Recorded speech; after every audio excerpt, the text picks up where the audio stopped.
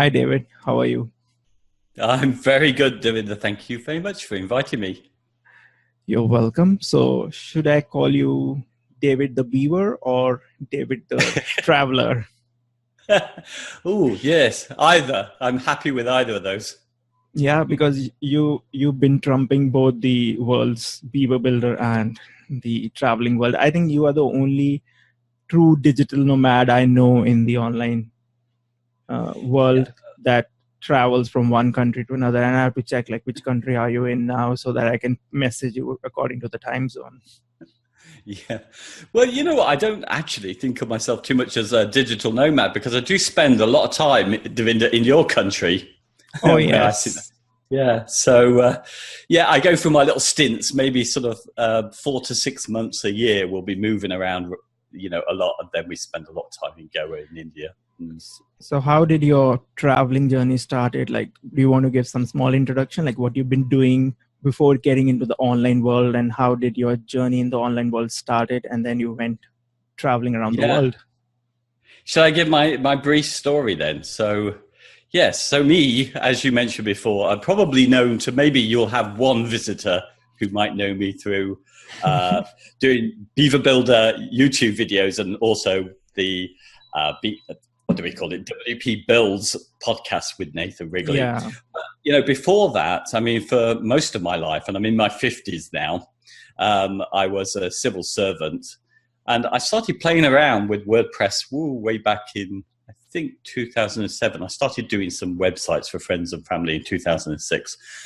And yeah, it was just a hobby. I used it for my work. I was a remote worker and I had a staff team. And I used WordPress to create our own little intranet. And, it's a poxy little thing, but the whole organization copied it later because it was very useful. And I did that, and that led me on to doing an e-commerce site. But up until about 2012, I was quite happy in my job, and this was just a little hobby.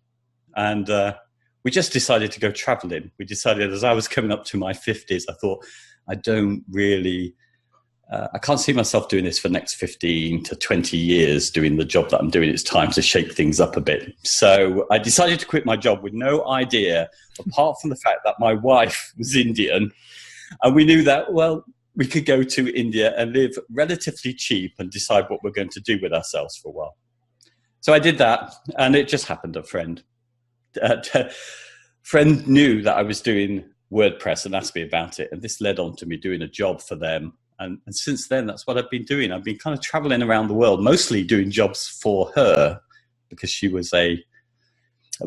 been running a web design business since 2000. So she had lots of jobs and she had lots of clients as well, luckily, who needed converting from HTML to WordPress. So that's it. That's my story. So do you work with like specific agencies or do you have like direct clients for your website work? Well, it's mainly, I've been lucky. It's been down to my good friend Maria back from school and what she did. I mean, the first job I got was she's had a web agency from 2000, but she was actually, her background is marketing before that. And she was still doing some marketing work for an international games company. And that was the first job I got because she was doing some work for them and they had their international site had gone down on WordPress. So my first job was a bigger job in thousands of pounds, where most of the jobs that came later for her was hundreds of pounds. So I'm the only person I know that keeps going downwards in how much a website costs. Yeah, so that was kind of, and really, it's been all of her work changing her clients, plus a few of my, I guess, recommendations from friends and family. And now I get the odd inquiry because of these YouTube videos I do, so people ask me. And you mentioned the downward, going in terms of dollar figure, but you know what? Keeping small is more profitable, and not just if for your bank account, also for your head. Your head remains in the right place because you don't have to put that much brain power, because a big project can be a big drain on your brain. So when you build websites, like, do you offer a whole package, like you design, develop, implement, build the site like a client wants, or you just do the development part and someone else does the design? How does it work? Yeah, it's a really good question because I feel like a lot of people, I guess, feel like this, like we're bluffing our way through this because there's no, literally, I'm just a WordPress enthusiast who picked up stuff. So I learned the basic skills, with HTML and CSS. I'm okay with those. I understand I end how. up calling myself as implementer because that's, includes everything. Because if I put myself as like a web designer, obviously I'm pretty good at Photoshop. But then if you Yeah. compare it with a pure designer who would not know anything about code, obviously I will dwarf in front of that person. So I guess implementer, constructor, builder, right? Yeah, exactly me. Yeah, an implementer with a reasonable eye for aesthetics and an understanding of, I think what's quite important is understanding the things that convert visitors and also how to get a little bit of traffic in as well. And I think, these jack of all trades skills are quite useful for the people I would work with. But yeah, I do a bit of all of that. Okay, and how do you price your website work? Is it like per hour, fixed weekly hours, or per project or per task? Because you work with agencies, even I work with a lot of agencies, and the pricing when you work with an agency is obviously little less as compared to when you work with a direct client. So how do you figure out the project pricing?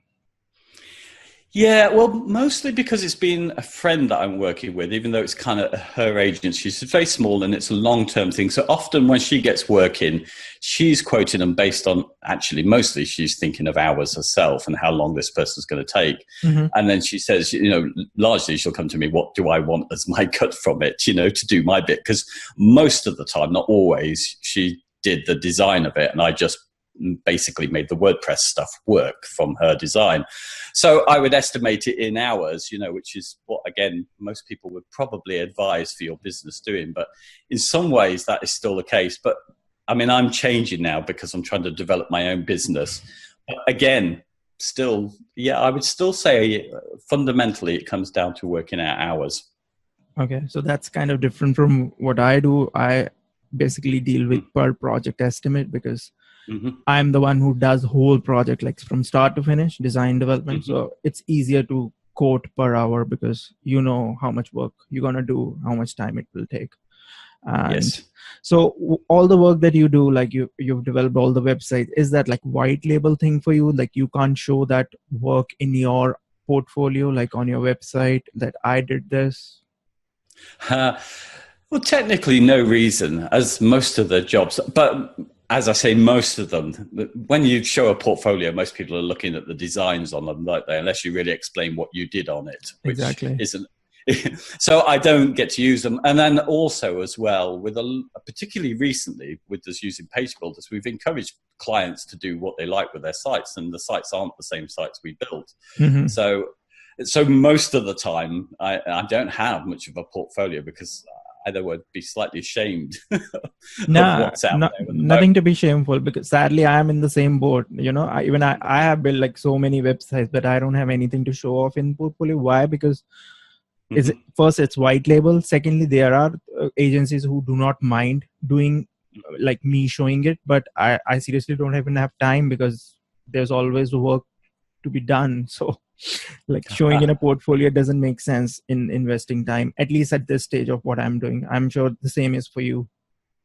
Yeah, Devinder, well, you're one of the people whose design skills I admire, because you do very simple sites with such very nice touches that they stand out. So I'm just an implementer. I'm just an implementer, remember? With a very good eye. Yes. Yeah, I've got glasses, right? Okay, now let's... Yeah, continue. No, carry on. Okay, so a lot of people know you from your website, davidwaumsley.com, and because you make a lot of how-to videos, and not many people know about your other website, which is WP Corner Shop. So how are you managing? Because it's been a constant struggle for me as well. Like, which face do I want to show to the world? Like, which brand do I want to show? Is it like the personal brand, like in your case, your name, in case my name, or the generic brand, like you have WP Corner Shop. I have few others, like I don't even mind. I didn't even bother sharing about it because I'm always in this confusion zone. Which brand should I put forward to offer my services? So what are you doing with these two websites? Well, I'm just making the internet very messy with my brands all over the place. You told me off about this one, actually, David, and you're quite right, because I do the David Waumsley, which is a site that needs to be redesigned, because I thought our blog from this really needs updating. Then I switched, opened something called Beaver Junction for all the Beaver Builder content. And then I forgot that one. Yeah, absolutely. Well, so there's all that kind of mess because they've got a load of sites. So none of it's pulled together. I'm trying to pull it. I promise by the end of this year, I should pull it together just for you, Davinda, alone. But the WP Corner Shop is the project that I've been working on. So can I just backtrack a little bit on that? Because I've been working as a freelancer doing this work for my friend. She's going to be closing her business soon. So she's decided to quit. In fact, well, now she's just done it. She's, announced it, and she's sending people directly to me.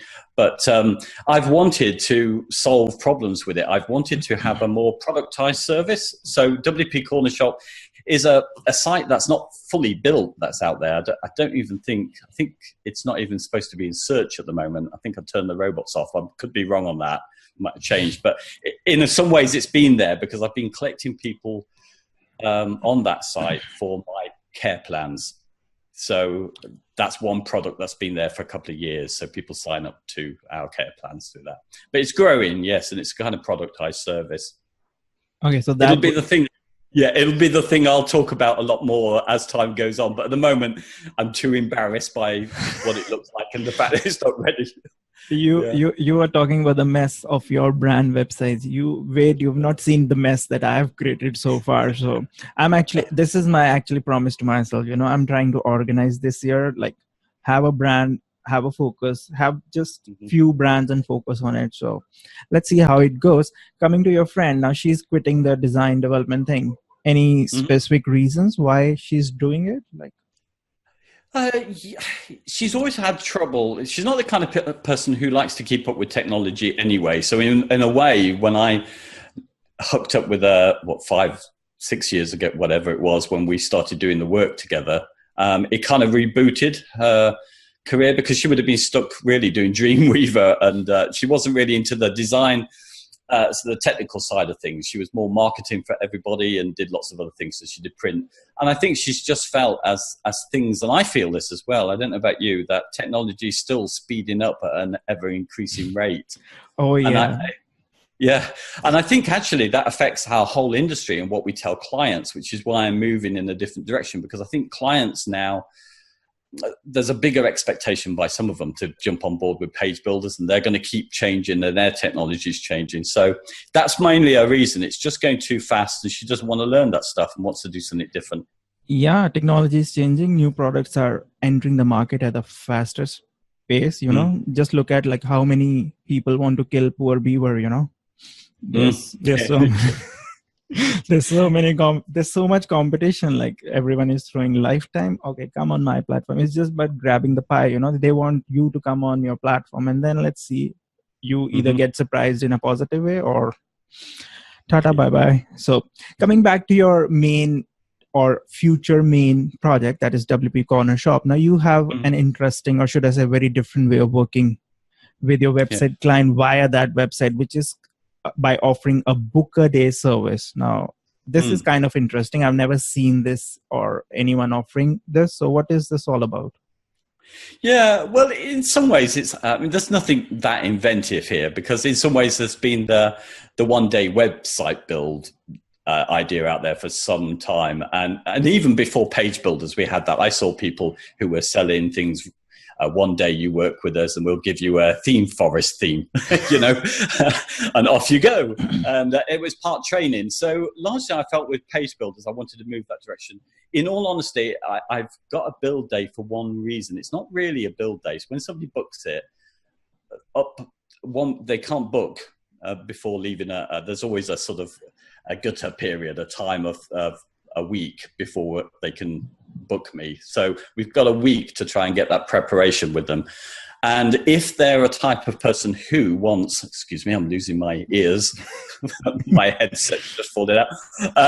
If they're the type of person who wants us to build it for us and have no interest in a design, then we will try and get their brief in that time and then build it during and up to that week. If they're the type of person who wants a little bit more training for their website build, we'll save some of that time for the day, and I'll keep doing them videos backwards and forwards, showing them how they can change bits in their site. So they learn that, and that's been really quite popular. That's the way it's gone. But yeah, the build day isn't, I think the one thing that's different about my build day is that a lot of people do, that's their product. It's one day to build a website, where when somebody comes to us, I'm going to say, look, this is probably a 1, 2, 3, 4 day build, depending on what they say to me. So, and then I'll ask them to book them one at a time.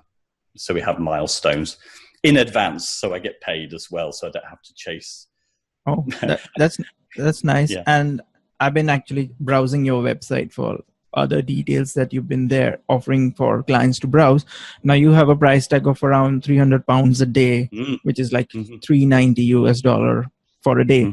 Now, if a client comes to you for a simple 5-page, look, simple is not simple, but still, I'm using the word simple, simple 5-page brochure website. So how many days do you think it would need based on this very vague requirement of a client? Yeah, well, I think, in a lot of cases, the reason it's that way is because there are a lot of people we worked for who are still I just want a website, how much is it going to cost me? And they're not going to spend too much money. And they could go to Wix or Squarespace. Now, we'll be trying then, knowing their budgets and where they are, to say, okay, that's your price. One day we can build you that 5-page site. As long as you get your stuff together. At the end of the day, the big change in this is that we're saying you're buying our time. I know I can build you a fairly simple site in that way, but whether you will like it is another matter, and that's going to be down to you. So that's the idea. But I will say, if it's somebody who's come in and you think that it's important for them, for their business, to spend a bit of time thinking about how that's going to look and what functionality is going to be in it, and they need to really think about their marketing plan for this site, I will encourage them to take another add-on product, which will be discovery period, maybe buy a couple of those periods so we can plan. So then, I'm not trying to sort of force this into being a very sort of one-day website product thing. I want it to accommodate people who have larger products, so they can add on, and they can add on another session if they want to look at keywords. So it'll depend. It'll be that first conversation when I work out what their budget is, what they want. But on the whole, I think it's just better to say, look, it's this low price. We book a time. These are the time becomes important because they paid for it and they can't cancel it unless it's 14 days ahead of that time. So they paid the money, and it focuses them. And sometimes just getting a minimal viable product out there for somebody is a good start. And hopefully we'll have that long-term relationship so they can develop that site over time. Okay, so in a book a day, how many production hours does a day in book a day service include? Like, do you have any fixed hours that you tell to the client, I've been work on your project? Yeah, I don't. And I try and avoid it because it's not just me. So I try and avoid, I do put myself at the center of it because it is around me. My wife does work for me, so she might be setting up sites and doing stuff as well. And she actually really runs the whole of the care plan. She keeps it up to date. So she's doing some work. She's pretty good on Beaver Builder now as well. So I try and avoid it because they don't know whose time. Mostly it's going to be me that they're going to be dealing with. So I think in my mind that I don't want it to go beyond 10 hours. So I'm paying myself basically £30 or nearly $40 an hour. But at the moment, I'm really on introductory prices. So what you're seeing as the 300 is likely to go up before I go proper live at the moment. As I say, the site, I haven't drawn any attention to it on purpose, but I should imagine that daily rate will need to go up. Yeah. Okay, let's go back from the day your build starts. Like, what is the preparation work that you do with the client before the D-Day or the selected day for working on it? Like, how do you get the content? How do you get images? How do you get this? How do you scope the project together to build on the specific day? Well, that's a really good question. And there isn't one way. The actual, my key thing is making sure that they've got a deadline and that I'm paid in ahead of time to know their commitment. The rest of it can go any way possible. So I did a website for somebody And they, I asked them all the general questions. I set them up on a Asana beforehand. So we've got little sections to ask them basic questions and I can get my answers, ask them to bring me their content. Some of them don't. So on the day, I almost make it, they're even absent on the day. I make them some videos, how they can put their real content in and then leave them with it. And if they need to put more time. In other cases, it's been much better. I just did one the other day with an author, and I've worked with her before, and it was really good because she didn't until the day before do anything, but I put a basic design for hers together, and she really liked it. She fed back a lot of the stuff, but just before the day started, she went in there and literally on the site itself put in all of the content, all of the photos. So at least when it came to the day, I had a chance to sort of correct things and maybe some photo alignment wasn't right. So yeah, there isn't one way with this. Probably never will be, but that's an example, I guess. And what happens during that selected day? Like, do you sit with the client in person if it's the local client, or you sit with the client on the video call? Because I get a lot of these requests. Hey, let's build a website on a video call. I learn how you're building.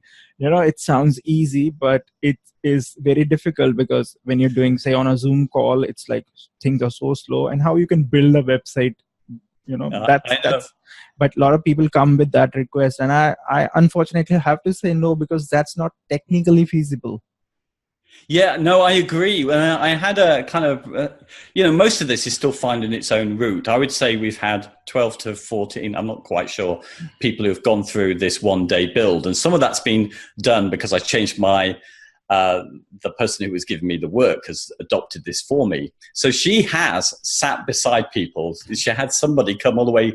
She's in the Midlands in the UK, where I'm originally from. That's where our friendship started. And she had somebody travel sort of 3 hours from London to come and sit in her kitchen next to her to build this site. She said it was exhausting.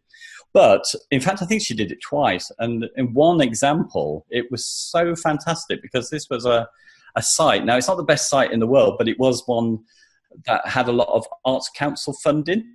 Mm-hmm. And I thought, when she said, we'll do this, I thought, oh, this is going to be a nightmare, because most of the time when you're charging people, it's not the making of the site. It's usually the fact that it has to go, there's so many different stakeholders involved. Yeah. This woman came, took charge of it, learned how to use the page builder in the day, disappeared with no money in it for us. I didn't even see the woman or talk to her. I just got her on the care plan. She went away and pretty much built the whole of the site and dealt with the Arts Council people herself. So all of that time that we could have wasted. So that, yeah, sorry, I'm going completely off at a tangent, but yes, we've had the sitting down, but not me. What I've done, what seems to work for me online, is I've had to change the concept, because I've told people I'll help them with the training and they expect this live thing. And I say, no, let's start. I'll build something very simple. You look at it, see what it's like. You can go in there and start adding content and mess around. Don't worry. I've got a save version. And then I will make videos. So this last one I did the other day, I made about 10 quick videos, but most of them were made on the day. So we were backwards and forwards. We had a little Skype chat about what we're trying to do.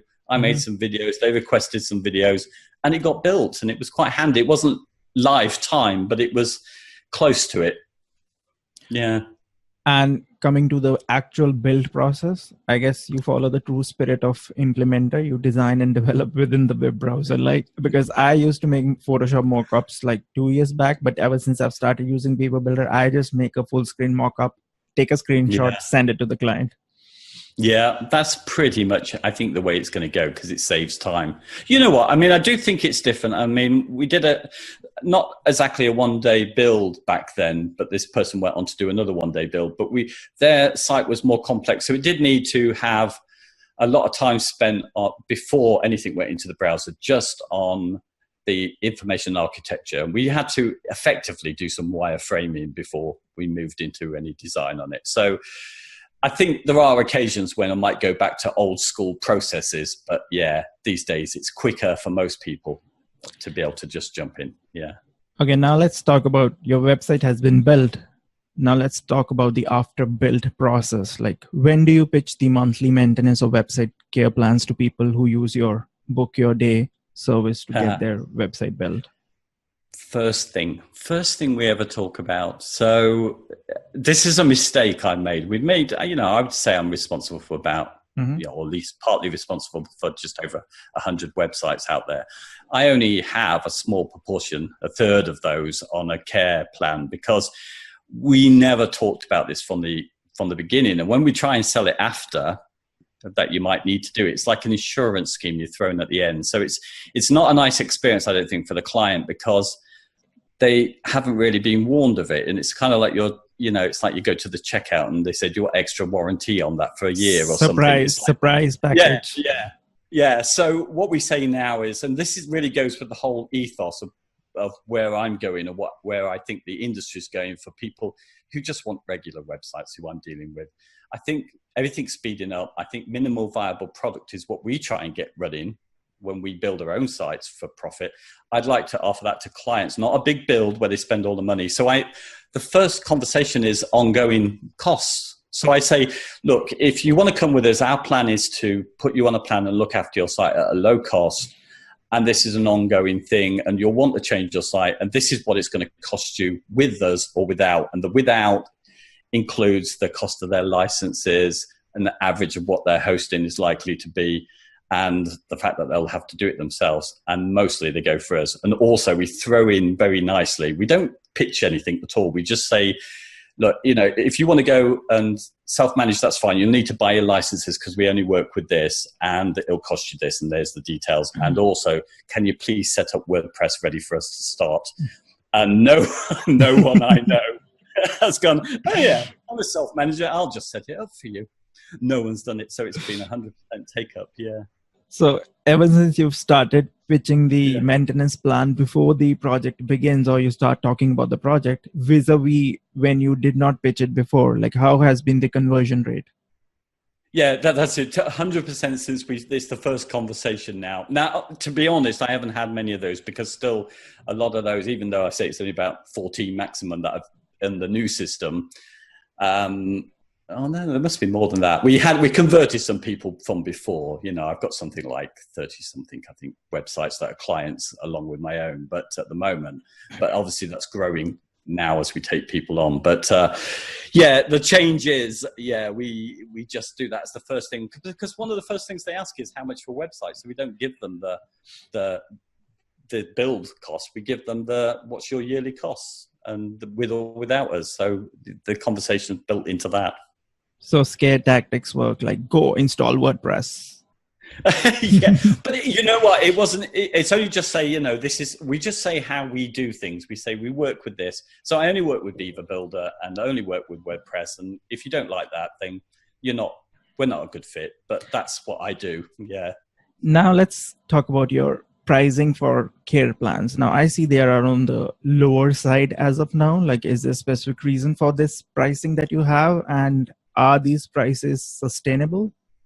Well, I think they are. I mean, we've been doing so the care plan's been running for a couple of years, I guess, although it's only just over a year since we forced folks to have to come on our hosting as well. So you're absolutely right. It's very low compared to a lot of people that I know out there. Because normally, if you see the care plans, they start from $99 per month. Correct. That's even in most of them don't even include hosting in that $99 plan also. Correct. Yes. So do you include the hosting as well? Yeah, absolutely. It's in there as well. And there's a reason for it. The big difference is I don't promise any of my time with this. It's almost the same as everybody else's care plans out there. The big difference is almost everybody gives at least half an hour of time or an hour of time or something for those prices. There's no time with mine. And it was a tiny bit of market research, because I was going back on old clients and asking them to come on this plan. And I lost some people. There were some people who could have been with us, who we built some very quick sites for ages back, who've not been on our plan and wouldn't do. They wouldn't even come in at our mid-range, which is 300 a year. Because, ultimately, I have to be honest about them. They didn't really need us. They might have been better off going to Wix or Weebly, because their requirements were HTML site, really. So I even introduced the lower one, but the lower one doesn't allow you to use WordPress. You can't add and install any plugins other than the ones that I give you. So you have to go at least on the 300. And then if they've got any larger use, I'd expect to go on to the next one or something custom.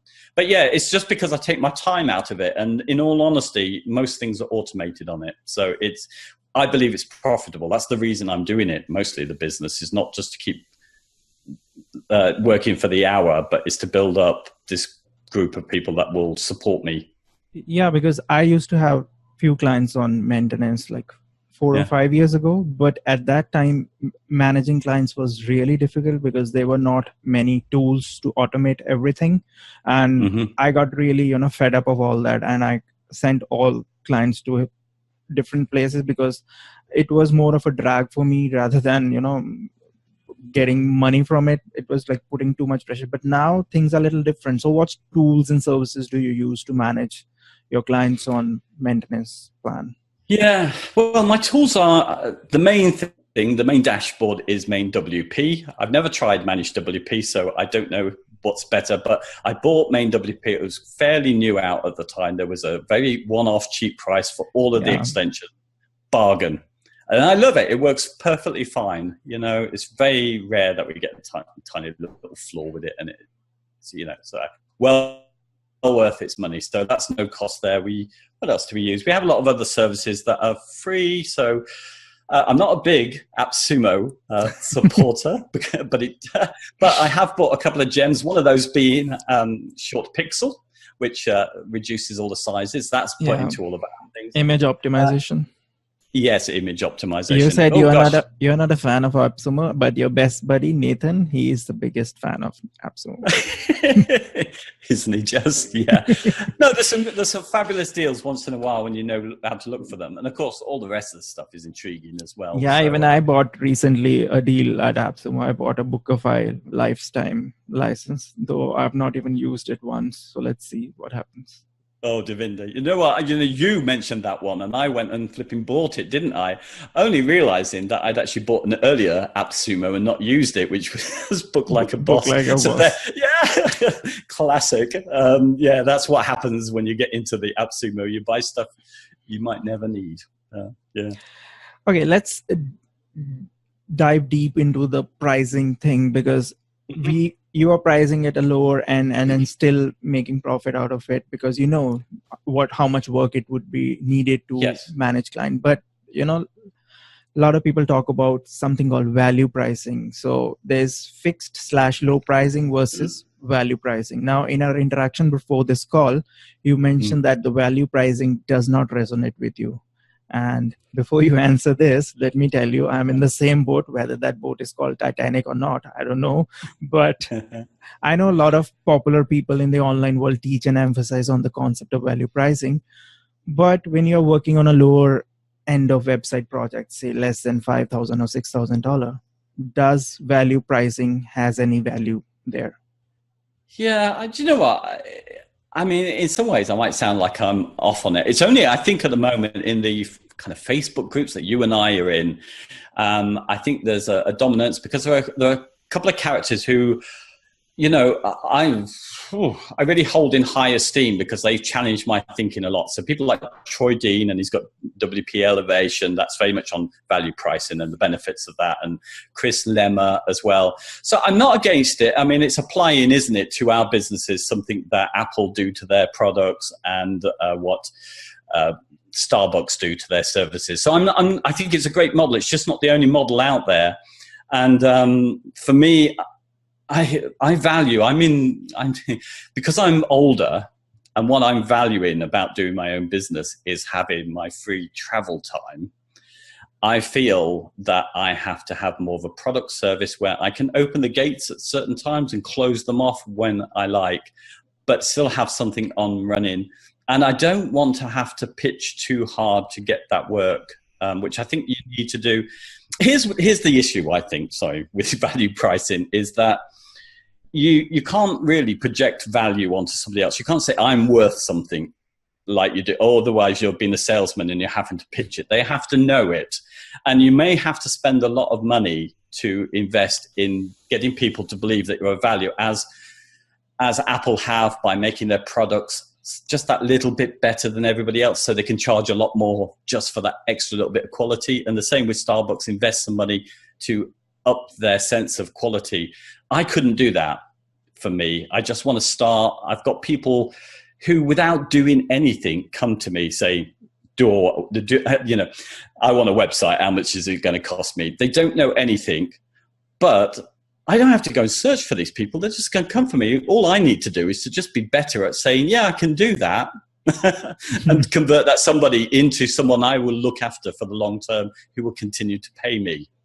And I think that's my process on it. The value pricing hasn't, because in a way it doesn't suit me. You have to inflate yourself a little bit, don't you, to do value pricing? Exactly. And it's the same thing for me. It hasn't worked for me. Maybe I should do WordPress elevation course. But you know what? It's not about just I've been a failure at it. It's just I just could not relate to this concept when you're dealing with clients, because I'm not going out and building 20K estimate websites or even 40K, because that's not my target audience. Because I've worked with agencies who take up that projects and they linger on for 6 months, because I don't want my project, or I've been associated with a project that lingers on for 6 months. I want the website done and dusted within like 2 or 3 weeks. So that's my comfort zone. I don't know, but maybe it's your comfort zone as well. And with Beaver Builder and other page builders, churning out website has become so fast. Like if I compare it with my Genesis days, when I used to build everything like custom Genesis theme, I will install the sample theme and then customize and start doing the PHP, CSS, all manual, it used to take a lot of time. Now, if I compare that with the Beaver Builder stuff, it's like I save almost 60 to 70% of time, which is a huge amount of saving. Yeah, exactly. You just hit the nail on the head. If I had to do a big, large, that is the WP Elevation kind of pitch, the 20K website. So I wouldn't be going on that course because what they're trying to pitch doesn't resonate with me in a way. Now, I know the course is fabulous for just general business stuff. So, in a way, the advertising doesn't reflect the true value of their course. But the thing says, these big jobs, and it starts from a point of saying, I think it says on the adverts when they come out, that, I think it was $1,200 or something. And I was building sites, can you believe, all these years back for that cost. And I'm really stressed. And I just thought, what I took from this is, yeah, I can relate to the little bit of stress, but my stress isn't so much doing it for even half of that price. And I just think I'm going to deal with what's wrong with that stress. Are we going to leave everybody having to go for the high end, big jobs or nothing, hit the road if you're not in that, and let them all go to Wix, Weebly, Squarespace? Or are we going to pitch in there? And instead of, it's not a race to the bottom that I'm doing, it's a race upwards. WordPress comes with this stuff for free. You can click one button and create a site. You could do that with Wix for free. So I'm trying to, if you like, raise the price up from the expected zero so people can get a better deal for their business. Yeah, it's kind of difficult. I don't know. I'm never able to wrap my head around this value pricing thing, to be honest. And I instead of trying to understand this concept, I went my way, and I actually don't like interacting with direct clients too much. That's why I went with the agency, where I do have direct clients and on maintenance as well, but I prefer to work with agencies where I have to do the design and development, because that's my comfort zone. Not just my comfort zone, this is what I enjoy doing it, like designing, developing, and making clients should say, wow, this is awesome. So that feedback is what I'm looking for, to be honest.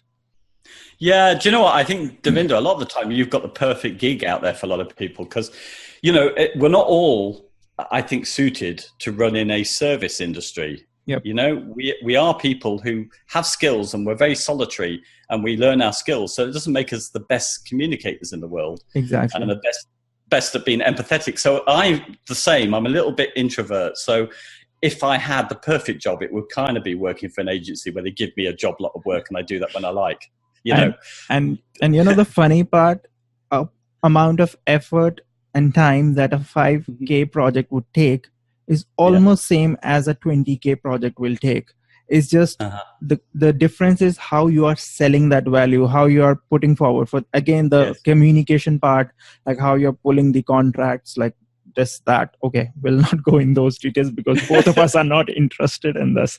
So let's change the topic. Now, you mentioned that you want to explore more new ways of engaging clients during website build process, like live training courses baked with live training. Want to elaborate on these new radical David Waumsley style ways?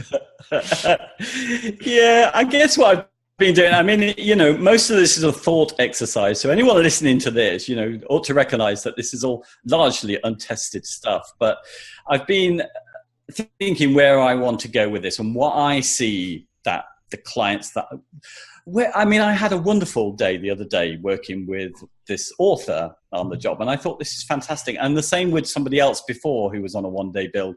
Because both of these people are so keen to learn stuff themselves and they get so excited, not by the design so much, by the fact that they've got involved in doing this design and learning the tools with it. And I thought, well, you know what, I can relate with that because, if WordPress hadn't been so easy, I wouldn't be even offering this service. So I understand this need to learn. So I want to improve on that in my service. And I think that's the way things are going. So shall I tell you my latest mad idea, which isn't in practice? Go ahead. Okay. Well, I've been looking at the people who are doing turnkey solutions. So I bought WP Ultimo, which looks fabulous, which is a great bit of software, which is there to try and make your own, if you like, Wix, Weebly or Squarespace. But I thought, well, I can't do that because I'm going to use Beaver Builder. Beaver Builder is going to change. I'm going to need to keep up to date with documentation. So I thought, not so keen on that. And then I thought, maybe I should do what other people who don't always want to work with clients do, which is what you do. Is that multi-site? That WP? Yes. Okay. Yes. Yeah. So it spins out sites as somebody goes in there. It's just a nice way of creating multi-sites. You get a template, it creates the site for them automatically. And you can set lots of parameters on that plugin. So you can stop how much bandwidth someone uses, how many pages they create with it, etc. So, there's that side. And then there's what you do as well, Devinder, which is make some courses as well. I'm sure you probably run into the issue that as soon as there's you spend a lot of time creating a course, there's an update in the software.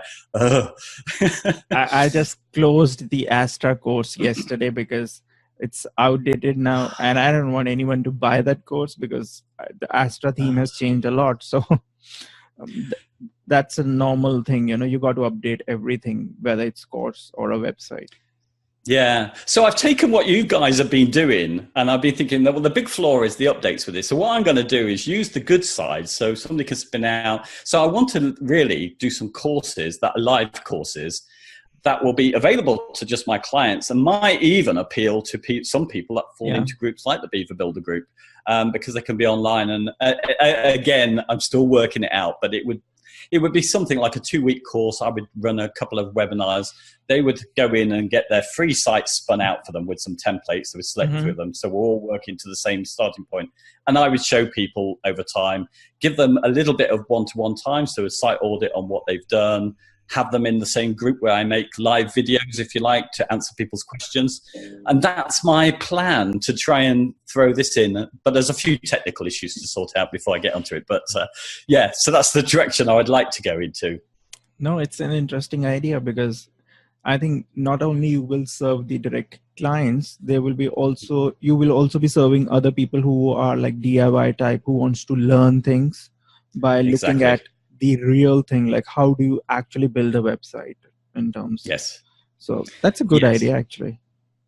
Yeah, well, we'll see. I mean, it gets around the issue of stuff going out of date because you enroll people for set time. I give them my time. Hopefully I fill up to a reasonable number and judge that correctly. But everything's live then, so I don't have to worry about it. We all creatives have a lot of ideas. So is this idea coming in 2018 or 2019, or I'm just saying very wrong years here? No, I hope to do it fairly quick because I guess a lot of the stuff I need to do ties in with this, what I'm doing with clients anyway. So something you mentioned earlier about preparation work, something I promised myself to do forever. I've even wrote scripts for myself on this, is to record some videos that say how to prepare for a website and what things to think about, in terms of trying to think about your value propositions, what aims you have for it. Mm-hmm. Yeah. And all of that I want to build into a package. So I guess I'm moving, like you, Devinder, in a way, to a lot of training with my business. Yeah, I'm actually addicted to, courses. I love making those videos and all that. So now I'm a little distracted with this new podcast thing because I wanted to do this 2 years back before courses. So then the courses happen. So everything happens because they have to happen. So let's see how it goes, because this is not what I do. These are the things I don't do for money or something else. It's just these things give me satisfaction, to be honest. There are agencies, clients to make money. Money is never attention. So, yeah. Do you know what, we have this in common, and I think, when you say, when will this come? The one thing I don't do, and again, this is for me, age and the fact that I packed in a job, which, was big organization. So that's what steers me away from getting into some sort of system where I have meetings upon meetings. That's why I don't like big clients, because I've done all that kind of stuff before. Yeah. But also about the money and that, it's like I will make these things as I want to make them, because as long as I'm just able to stay afloat and do the traveling we do, exactly. I've got to enjoy it like you do. I know you love what you do, Yeah. I absolutely love it. And I think I'm blessed. There are not many people who get to do work which they love to do it and still make money, or make enough money that they need. So I think God has been great, maybe value proposition. I don't know. So let's talk about David's toolbox. So what are your current 5 favorite tools that power your online business? Oh gosh. Right. Well, I guess shall I just go for the cliches? I mean, obviously WordPress, I don't exist without it. Beaver Builder, again, really now the business is entirely reliable on the one-page builder I settled on. Yeah. I think for my Claire plan, I have to say, because that's an essential part of keeping us afloat now, or it's growing, has to be main WP. Okay. Two more. Do you know what, David? 2 more. What else do I? Oh gosh, we can go on forever. Actually, you told me about this, and I should have looked at my little list of what I. There are all sorts of little tools which I rely on as well. Appeared in, and Zoom, which we are talking on at the moment, is one of my tools that I must have. It's my favorite. I also like Loom as well. Like Loom is also good. Use Loom. Yeah. And let me think about another tool. Sorry, I'm plucking these off the top of my head now. Cloud App. That's again anything similar to that, to be honest, because there are other things. I think that's for taking screenshot, right? Correct, yes. And I'll make my videos on it, and I can save them endlessly. So when I've done my short videos for people, they can go and access them anytime, and I'm not being charged on storing them. Okay, so it's similar to Loom, right? Yeah, exactly. Loom would be the equivalent of doing that. So tools like that, I think they're my favorite tools on business, because they keep me in business. They're the essentials.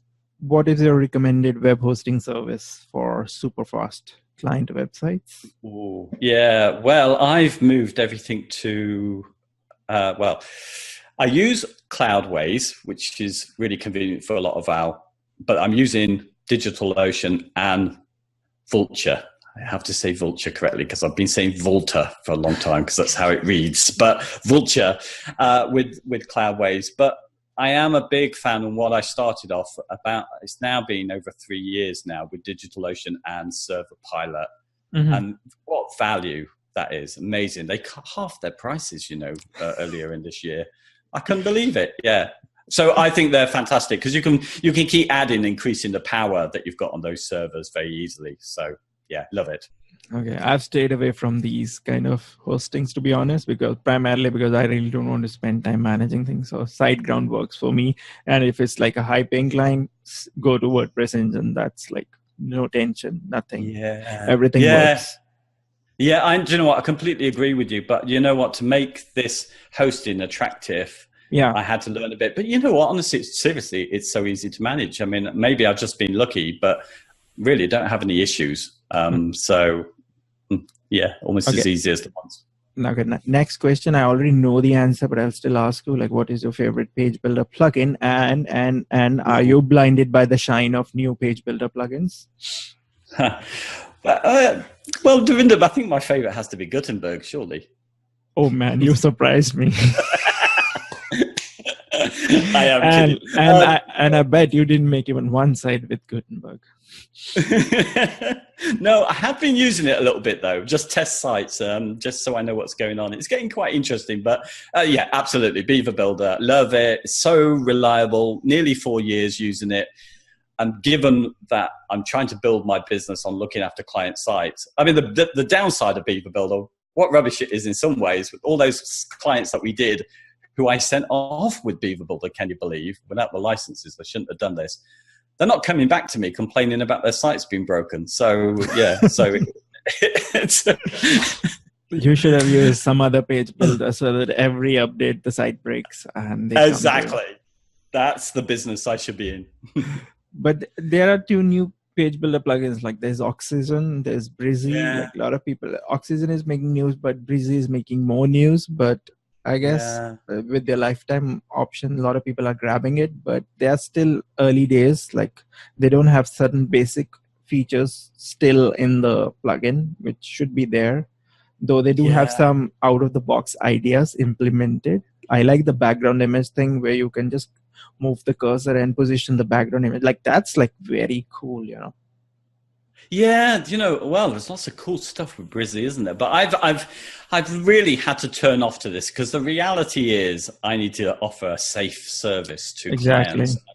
And if I go and look at all this cool stuff, I'm not going to change easily until I know it's absolutely safe. And that's going to be, it was a gamble to go to Beaver Builder in the first place. I judged it by the guys and what I felt were their value, you know, and it were paid off. But, you know, I wouldn't dare go to these. But yeah, cool work. I mean, you know, what choice now for somebody? Because I get these questions asked a lot, like, firstly, Beaver Builder does not have that many features compared to other page builders. Secondly, it's expensive. It's very expensive. If you like put in like Themer into the mix, you end up paying a lot. And then people will say like, it's very expensive as compared to, it offers very less features. But then now explaining this argument, you know, this is the most stable page builder.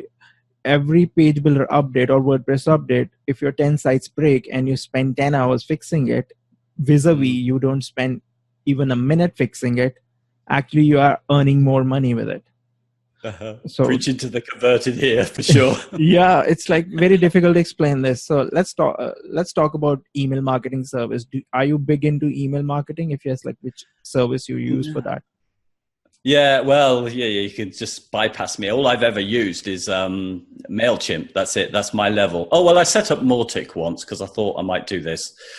In terms of my business, nearly all the clients are on MailChimp. And if they're on something bigger, it's because they've got somebody in their organization sorting that out. So I'm not involved in it. So I don't know anything. And for my own business, which is running on WooCommerce, there's an add-on for follow-up emails, which I'll be doing my email marketing via that, and also main WP as well for some of my emails going out. So yeah, I have no knowledge on this stuff. Okay, so let's pause the technical part and discover the lighter side of David. So you are a true digital nomad, like I said in the beginning. So are you enjoying this country hopping plus laptop lifestyle? Or you're just done with it and you want to settle in one country? Good question. Well, we need to settle down because there is a problem, you know, with it, that we go traveling and it means that it's very difficult. I haven't really pushed our new business. That's why it's taking so long to go, because the travel, we say, oh, we're not quite sure where we're going to be. We haven't booked our next onward journey. So there's always doubt. And sometimes we're worried about our technical abilities to do work. So, but I love it. Yeah, absolutely. I tell you what I love. It's just making my life so light. It means that me and my wife really have a 7K bag plus our laptops with us. And that's our life. We can survive where we like with that. And I think that's a huge weight off your life to know that you can just go around with the essentials. I love that element of it. Yeah. So you've been to a lot of countries. I think you were in Europe, in Ukraine, like a few months back. So Yes. how was it? Yeah, Ukraine. Oh, it's become one of our favorite places, actually. Well, yeah, we think we might go back there for the summer. I don't think we'll be there for winter ever. That's my big plan, avoiding the winters So all the which time. is David's favorite country? Well, I mean, UK is where I'm from, so obviously it's a big favourite. My wife is from India originally, and it's where our main base is, so they're popular. But I would have to say, and this is a cliche, I'm probably going to pick Thailand. We just love Thailand. It's such an easy place to live with such beautiful people and great food and great internet and everything. So I'm going to put Thailand up there. But I mean, there is no real favourite, to be honest. And lastly, what makes David happy in the online world? What's your happy spot? Oh gosh. Well, I don't know. I live in a pure excitement all the time about, because I'm older now, when I sort of remember not having computers. I still don't have a mobile phone. My wife has to carry one around with me. But I just think this is remarkable. I move around from country to country, booking things online, talking to you online, meeting friends, and actually meeting them in person later online, and being able to do this work. I mean, wow! It's just all of it. It's just fabulous. What an age to be living in. Yeah, it's like there's no boundaries, there's no country boundaries on the internet. Like you can reach to anyone anytime. Just make sure you know about the time zone. Don't want to disturb someone sleeping, right?